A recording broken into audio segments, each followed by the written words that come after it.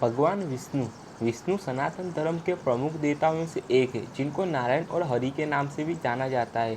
वे वैष्णोदेव के भीतर सच है, जो समकालीन हिंदू धर्म के भीतर प्रमुख परंपराओं में से एक है। हिंदू धर्म के आधारभूत ग्रंथों में बहुमान्य पुराणानुसार विष्णु परमेश्वर के तीन मुख्य रूपों में से एक रूप है। पुराणों में त्रिमूर्ति विष्णु को विषय या जगत का पालनहार कहा गया है। त्रिमूर्ति के अन्य दो रूप ब्रह्मा और शिव को माना जाता है। ब्रह्मा जी को ये जहाँ विश्व का सृजन करने वाला माना जाता है, वहीं शिव जी को सहारक माना गया है। मूलतः विष्णु और शिव तथा ब्रह्मा भी एक ही है, यह मान्यता भी बहुत स्वीकृत रही है। नए को प्रश्न अन्य के विनाश तथा जीवन को परिस्थिति के अनुसार उचित मार्ग ग्रहण के निर्देश हेतु विभिन्न रूपों में अवतार ग्रहण करने वाले के रूप में विष्णु मान्य रहे हैं। कल्कि अवतार 10वां अवतार है।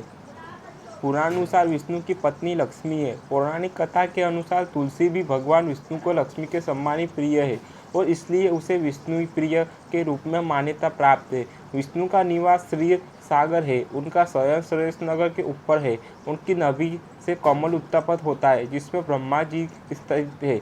वह अपने नीचे वाले बाएं हाथ में पद्म कमल, अपने नीचे वाले दाहिने हाथ में गदा, ऊपर वाले हाथ में शंख और अपने ऊपर वाले दाहिने हाथ में चक्र धारण करते हैं। विष्णु शब्द की उत्पत्ति मुख्य विष्णु धातु से ही बनी गई है। निरुक्त में यक्षकच्च के रूप में से विष्णु धातु की व्युत्पत्ति के अर्थ में लेते हुए उसमें विष्णु शब्द को निश्चित बताया है। वैकल्पिक रूप से विष्णु धातु को भी प्रवेश के अर्थ में लिया गया है, क्योंकि वह विभु होने से सर्वत्र प्रवेश किया हुआ होता है। आदि शंकराचार्य ने भी अपने विष्णु सहस्त्रनाम प्रश्न में विष्णु शब्द का आदि शंकराचार्य ने भी अपने विष्णु सहस्त्रनाम भविष्य में विष्णु शब्द का अर्थ मुख्य व्यापक बनाया है तथा उसकी व्युत्पत्ति के रूप में संस्पष्ट लिखा है कि व्युत्पत्ति अर्थ के वाचक नुक प्रत्यय विष्णु धातु का रूप विष्णु बनाता है। विष्णु धातु को उन्हें भी विकल्प से ही लिया गया है और लिखा है कि अथवा नुक प्रत्यय विष्णु धातु का रूप विष्णु है, जैसे कि विष्णु पुराण में कहा गया है। उसमें महात्मा की शक्ति संपूर्ण विश्वास में किए हुए है, इसलिए वह विष्णु कहलाता है, क्योंकि विष्णु धातु का अर्थ प्रवेश करना है।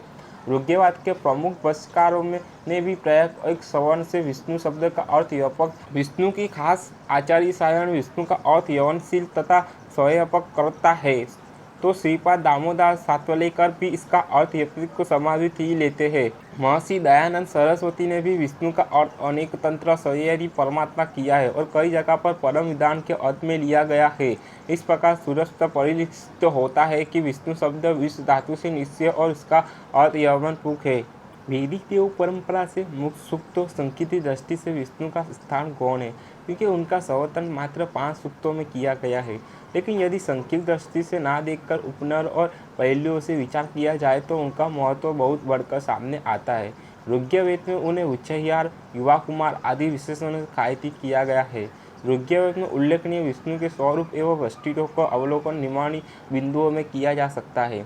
विष्णु की अनुपमा विशेषता उनके 3 पद प्रसिद्ध है, जिनका ऋग्वेद में बार उल्लेख मिलता है।